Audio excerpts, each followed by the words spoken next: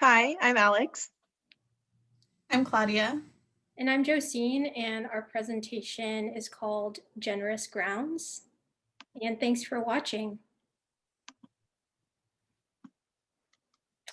So, taking inspiration from prairie ecosystems, our site proposal looked at prairie landscapes both as a precedent typology and as a symbol of generosity. Western Washington prairies were once abundant in the South Puget Sound lowlands, south of Vashon, and were stewarded by the Coast Salish tribes of the Pacific Northwest. Modern prairies make up only about 3% of the total original native prairies in Western Washington.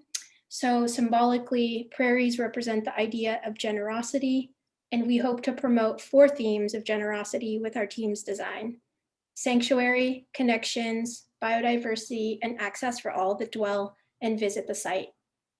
Contending with climate change, we are also hoping our design supports the Vashon Nature Center's focus on outdoor education and ecological stewardship to promote climate change education through ecological restoration. Adding beauty, sculptural elements, and ample room for events, we are hoping our design can fully incorporate Vashon Center for the Arts programming as well. We really appreciated the opportunity to visit Heron Meadow, and we really wanted to honor the meadow as the heart of the site. Because the meadow is so well loved already, we wanted to approach the site with a light touch, responding to the programs, elements, features, and ecologies that already exist. Our proposal includes a boardwalk that loops around the site, nature play elements, an amphitheater, and other performance spaces, a prairie restoration and management plan, and a wetland restoration plan at the northeast corner of the site. The colorful callouts that you see on the screen are programs that we envision for the site. So starting in the northwest corner with multilingual sculptural wayfinding, multilingual being English, Spanish, and Lushootseed, and sculptural to mimic the sculptures outside of the Arts Center. Art and performance spaces, bird watching here at the bird observation deck, a mercado or a market to really celebrate the growing Latinx community and to utilize the parking lot that is there. Some nature play spaces, connection to schools. This is what we call a Stump Trail, and to connect the kids from the surrounding areas, outdoor recreation, wetland restoration, and outdoor learning. So this is a section of the whole site from west to east. It illustrates the variety of spaces and the quality of experiences that we envision at the meadow. Starting on the left at the bird observation deck, this is a place of sanctuary for different species of birds, as well as the people who love to observe them. Moving to the right is the open lawn space, which is the heart of the meadow. It's a place to feel not just connected with the Heron Meadow, but with the other folks of the community as well. The ADA path provides access for everyone and travels throughout the entire meadow, so someone with a wheelchair can also enjoy the different experiences that the meadow has to offer. Lastly, the restoration efforts in the wetland will strengthen the site's biodiversity. Throughout the presentation, there will be maps that you see in the left corner, so if you ever get lost, feel free to reflect on those, and that will guide you on where we are. Part of how we conceive of generosity on the site is through accessibility. Our boardwalk promotes accessibility for people who are disabled or have mobility limitations. It also allows the site to be accessible in the rainy season when parts of the meadow and wetland can be very wet and difficult to walk through.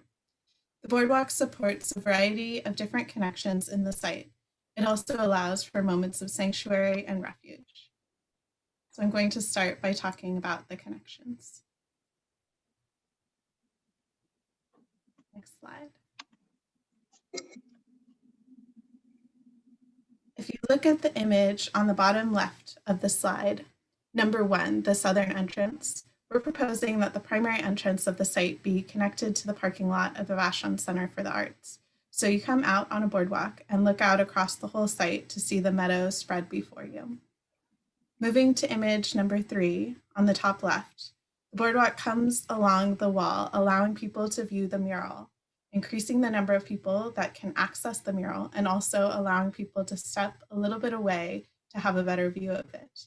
The boardwalk there steps down to a series of stepping logs that brings people into the meadow area. So if people are in the meadow and they see the mural through the trees, they can come along that path towards the mural and view it that way.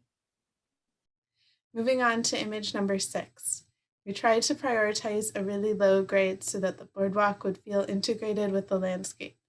But in certain areas, it's necessary to have a ramp. And so there's moments where there are handrails. And this is one of those moments. Having a boardwalk in this area also allows people to experience the very saturated wetlands in the raining season.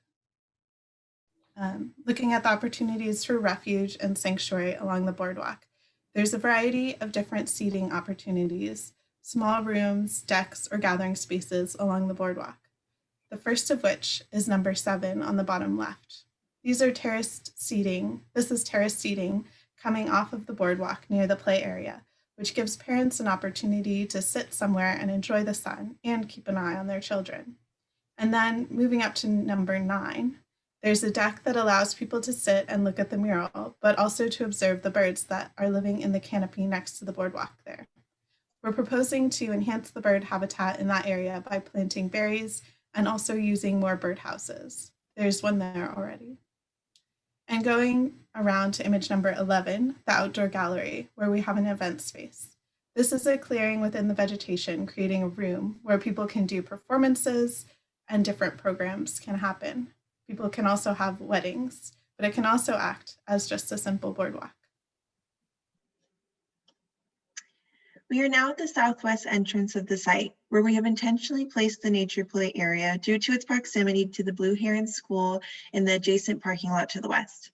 After a visit to the site, we saw that there was ample space as well as a hill that seemed like a key opportunity to add playful elements and for us to have the chance to think like children. The elements on the site were designed by the concepts of play, exploration, gather, run, and learning. A slide was added as a playful way for children to get down the hill. We are proposing that the slide entrance be fenced off as well as paint the ground bright colors so people and cars know that it's a children's zone. Going down the slide, you enter a large mulched area with piles of wood. This is the material makerspace, a space where children can use materials to build their own play and or art structures. Next is the Stump Trail.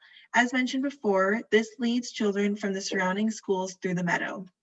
Here we have the log friendship circle, which provides an area for children to gather, with the tree acting as a shelter during the rainy seasons. Moving a little up north is the structural play garden. With walls inspired by Richard Serra, the garden is a place for children to explore in a playful and artful way. Right next to the garden is the Wild Meadow Zone. The Wild Meadow Zone is a space with meadow plantings where children can run around and feel wild. At the northern part of the play area is the Willow Hut, a space where children can enter and admire the greater meadow. Here's a vignette or a perspective showing children playing in the structural play garden and with the Willow Hut in the back at the top of the hill, as well as the meadow plantings. Now we are in the northwest corner of the site. This is the Grove Amphitheater. What is now an alder grove will eventually be a big leaf maple grove with successional planting. We are inspired by the fact that this already serves as an informal gathering space, so we wanted to emphasize on this by adding a wood deck and wooden amphitheater seating in the existing hill. The deck will be a foot off the ground to leave room for tree roots to breathe, but also so you feel like you're on the ground floor.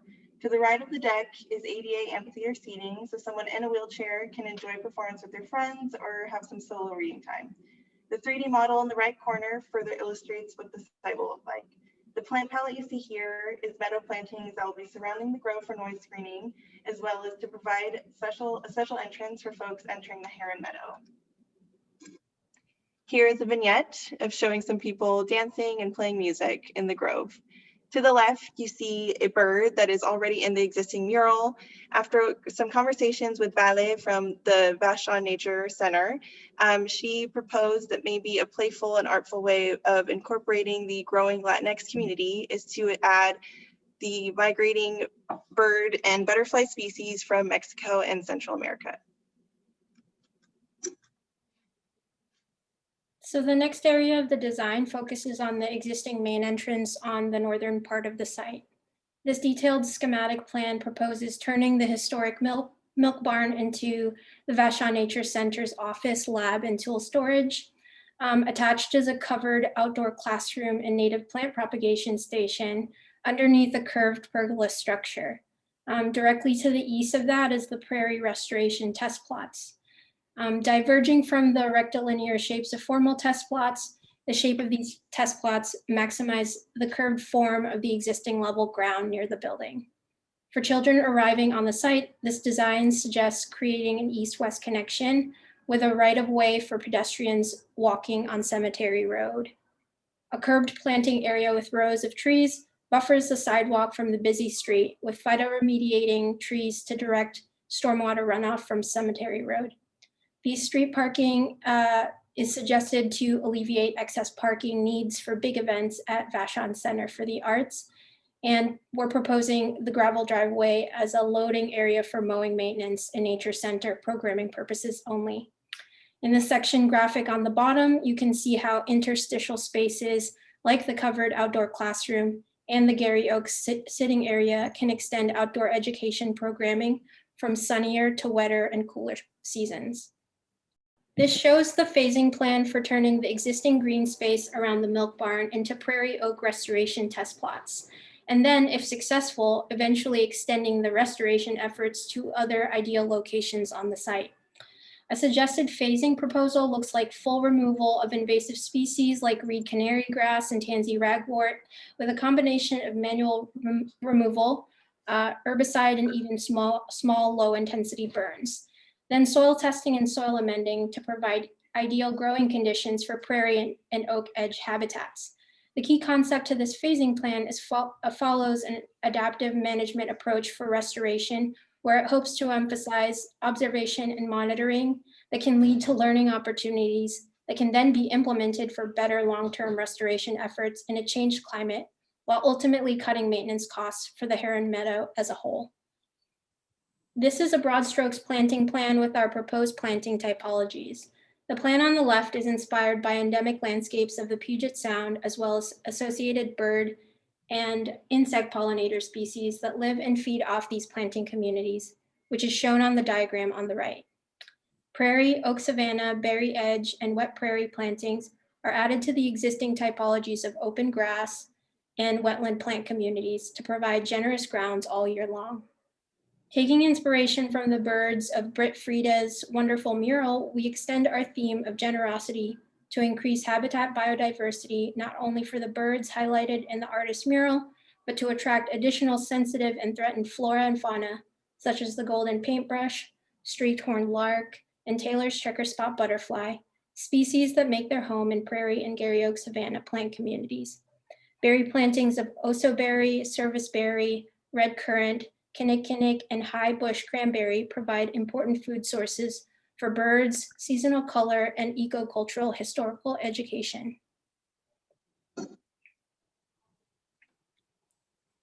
So now I'm going to talk about the wetland. If you look at the site map on the top left of the slide, this is the area that's highlighted in blue. Much of the site has been restored to higher quality wetland habitat, but this area in the northeast corner is a degraded landscape where the water is currently channelized. You can see this channelization on the concept diagram on this slide, which is located just below the site map. We're proposing manipulating the topography to create a series of pools. If you look at the GIF, you can see how the water might flow through these pools. A lot of the water coming into the site is road water runoff, which can carry a number of pollutants. Organic pollutants from petroleum products, heavy metals from cars and road materials. By extending the amount of time the water spends in the wetland on the site, more of those pollutants have time to settle out.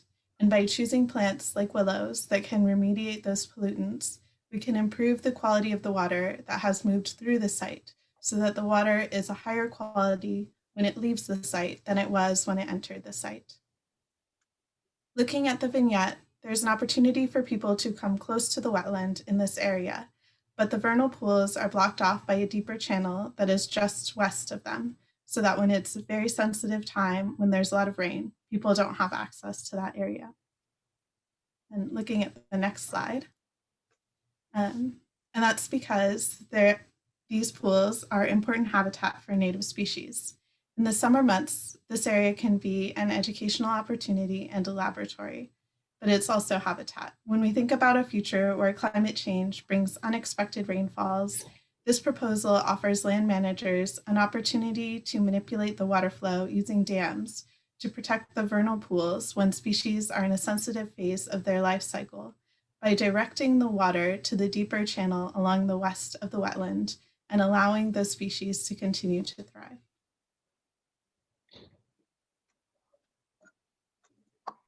We wanted to end our presentation with Mo's story, a love story between a little girl and the heron meadow. So at the age of 7, Mo starts to play at the nature play area on site. And as a teenager, she grows a love for prairie restoration. And so she starts to volunteer at the VNC lab. It is there that she realizes the importance of plants and birds. And so she starts her love of bird watching. It is at the observatory deck where she meets the love of her life, Ray, a fellow bird watcher. The two of them love the meadow so much that they decide to get married in the gallery room in the southern part of the site. They then start a family, and on Sundays, you would be able to find them at the Grove dancing to their favorite local artists. The two of them, Ray and Mo, end up growing old together and would still continue to go to the site to look at the birds they love and admire the sculptural elements on site. Thank you so much for watching our presentation. Thank you. See you. Thank you.